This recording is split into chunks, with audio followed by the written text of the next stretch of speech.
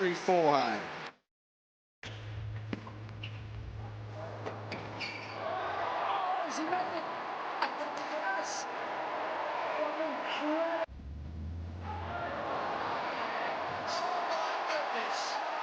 He was never the flashy type, just a boy from Mallorca with a battered body and a quiet fire. They said he wouldn't last, his knees hurt, his foot failed, but he kept swinging. And when the world said quit, he said play on. Every point, every match, every win, harder than the last.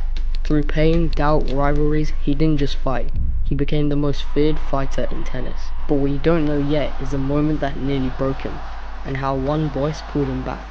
That begins now.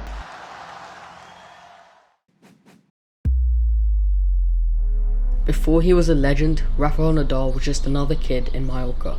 It wasn't a kind of place known for producing tennis stars. There was no elite academies, no buzz, no press, just cracked courts and hot afternoons. But what Mallorca did teach him was discipline. The kind that gets drilled into you quietly every day, the kind that never feels like a choice. This discipline came from one man, Tony Nadal, Rafa's uncle. He wasn't just a coach, he was a force. He didn't care about talent, he cared about character. He didn't believe in easing the path, but he believed in hardening the player. There was no air conditioning, even when it was 35-degree heat outside, because comfort, Tony said, is the enemy of resilience, and resilience is the goal. If Rafa hit the ball wrong, there wasn't a shout, there wasn't a lecture, just silence. Long, quiet silence. And sometimes that was worse than yelling, because it made you reflect, and it made you responsible for what you've done. There were no rules, no throwing rackets, no slumping shoulders, never giving up, even for a moment. If Rafa lost focus, Tony would stop the session right there, not to punish him, but to remind him that in tennis, you either control your emotions or your emotions control you. Tony once told Rafa, if you ever throw a racket, we're done, and Rafa never did.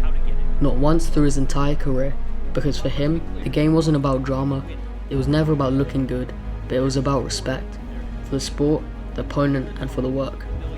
And over time, in those small brutal sessions, something started to build in Rafa. Not just a forehand, not a serve, but something much deeper.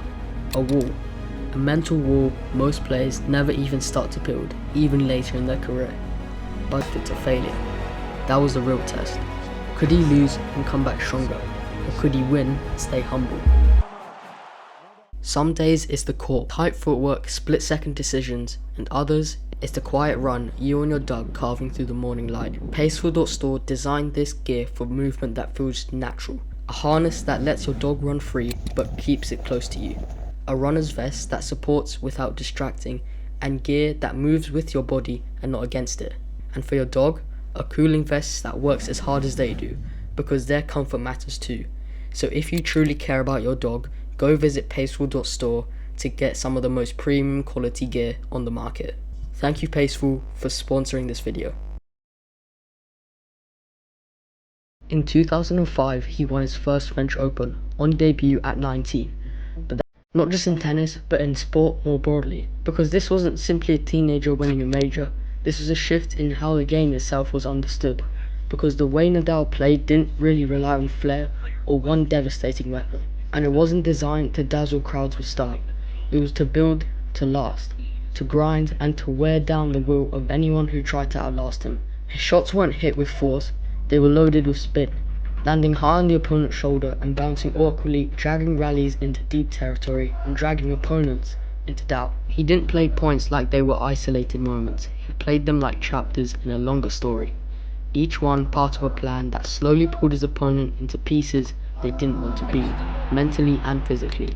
His movement wasn't graceful, it was aggressive, determined, sometimes even frantic, but there was a method behind all of it.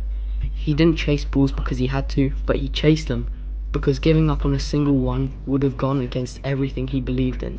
Off the court, however, he gave you nothing that suggested he'd be that kind of competitor, as he spoke softly, looked down with answering questions, and deflected the praise. And he even carried himself like someone who wasn't quite used to being looked at. But inside the lines, that same person became someone entirely different. Someone who didn't blink, didn't stop, and didn't acknowledge pressure the way most do.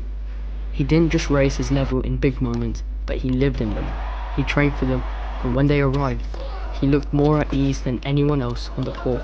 It wasn't just the fans who noticed it though. Players felt it and coaches talked about it. Even Federer, who at the time, who barely got touched by anyone on the tour, recognized something real. He said he brings something different. And it wasn't just different, but it was difficult. When Nadal entered the tournament, it wasn't just that he might win. It was that he might break you before he did. And now what few people understand at the time was that these same traits that made Nadal so dangerous, his relentlessness, his refusal to give up, and his willingness to run down to every ball, were the exact traits that were already starting to cost him. The mileage he was putting on his body wasn't just a byproduct of his style, and his style was brutal to himself. His knees had started to warn him lately, the pounding from the clay, the sudden stops on hard courts, and the repetition of that aggressive footwork. It all added up. But when you're young and winning, when the world sees you as a force of nature, and pain feels like something you can outrun, he doesn't miss traits.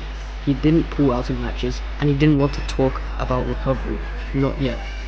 Because to him, the fight was everything, and the pain was just the price he had to pay. That first French Open wasn't the start of a nice run or a fluke season.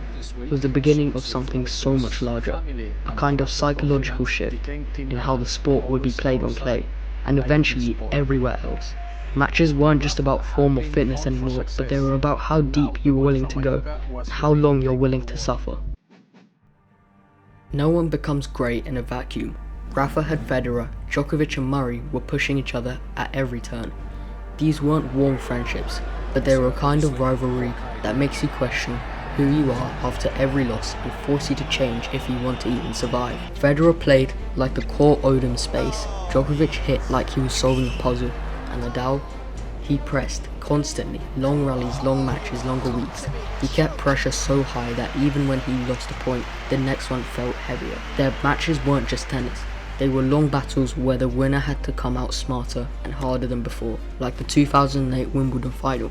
Nadal against Federer, 5 sets, rain delays, fading light. He wins, drops to the grass, and then cries. He was a kid, and now it was real.